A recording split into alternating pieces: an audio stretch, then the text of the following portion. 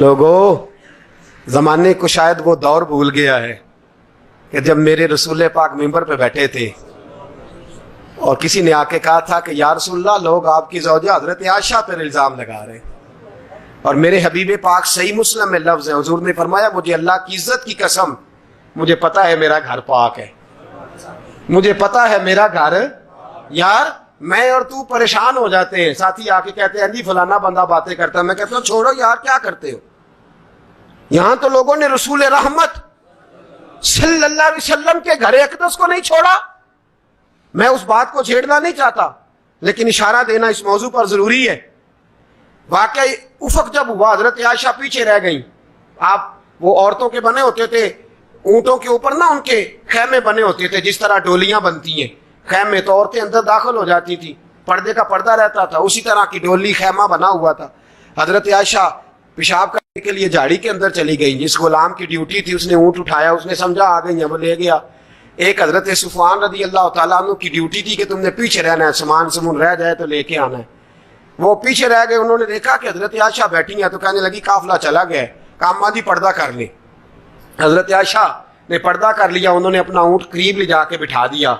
सैयदा आयशा बैठी आ गई, कोई बड़ी बात नहीं थी, एक छोटा सा मामला हो गया कि वो जो जिस खादम की ड्यूटी थी हजरत आयशा का ऊंट उठाने की, उसने देखा ही नहीं कि अंदर है कि नहीं। आज तक लोग बदतमीजी कर रहे हैं। मुनाफिक तो मुनाफिक, कलमा पढ़ने वाले कई बदतमीजी करते हैं। इस माज अल्लाह ताला अपने गंदे ज़हन की बात आज तक लोग उछालते हैं।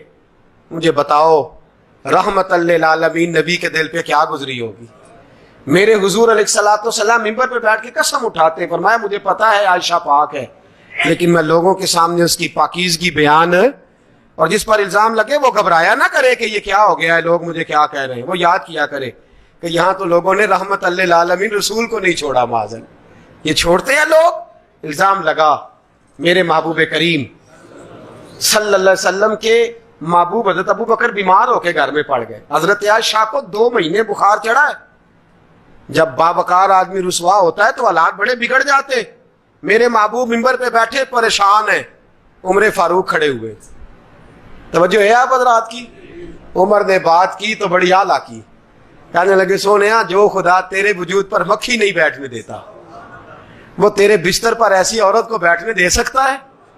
हजरत उस्मान गनी खड़े हुए, अर्ज करने लगे या रसूल अल्लाह, रब ने तो आपका साया नहीं बनाया कि जमीन पर साया पड़े तो जगह ना नापाक हो, तो वो बीवी आपकी नापाक कैसे रख सकता है। मौला कायनात, शेर खुदा, इमामुल औलिया अपनी वालदा के एजाज में खड़े हुए। हजरत अली उठे तो छम छम आंखों में आंसू है। कहने लगे हुजूर, आप लोगों को क्यों देखते हैं। जो रब आपके जूते को मिट्टी लग जाए तो कहता है जूता उतार दे, वो ऐसी बीवी आपको रहने की इजाजत दे सकता है। महबूबा अल्लाह जानता है। तीनों सहाबा बैक जुबान सबसे पहले हजरत उमर कहने लगे आदा बोतान नजीम, या रसूलल्लाह ये बहुत बड़ा इल्जाम है, हुजूर ये बहुत बड़ा। यही अल्लाह ने कुरान बना दिया। सूरह नूर की 16 आयात रब ने नाजिल फरमाई। अगर हजरत आयशा पर इल्जाम न लगता तो 16 आयतें उनकी शान में नाजिल भी ना होती। ये तो भला हो गया, ये तो भला हो गया कि 16 आयात उनके हक में अल्लाह ने नाजिल फरमाई। और रब ने फरमाया हाजा बोहतानुन अजीम, महबूब ये बहुत बड़ा बोहतान है।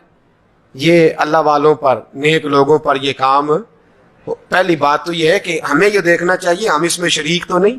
कोई बरादरी क्यों ना हो, कोई कबीला क्यों ना हो, कोई दोस्त क्यों ना हो, कोई मुसलमान क्यों ना हो, हम इन चक्रों में शामिल तो नहीं।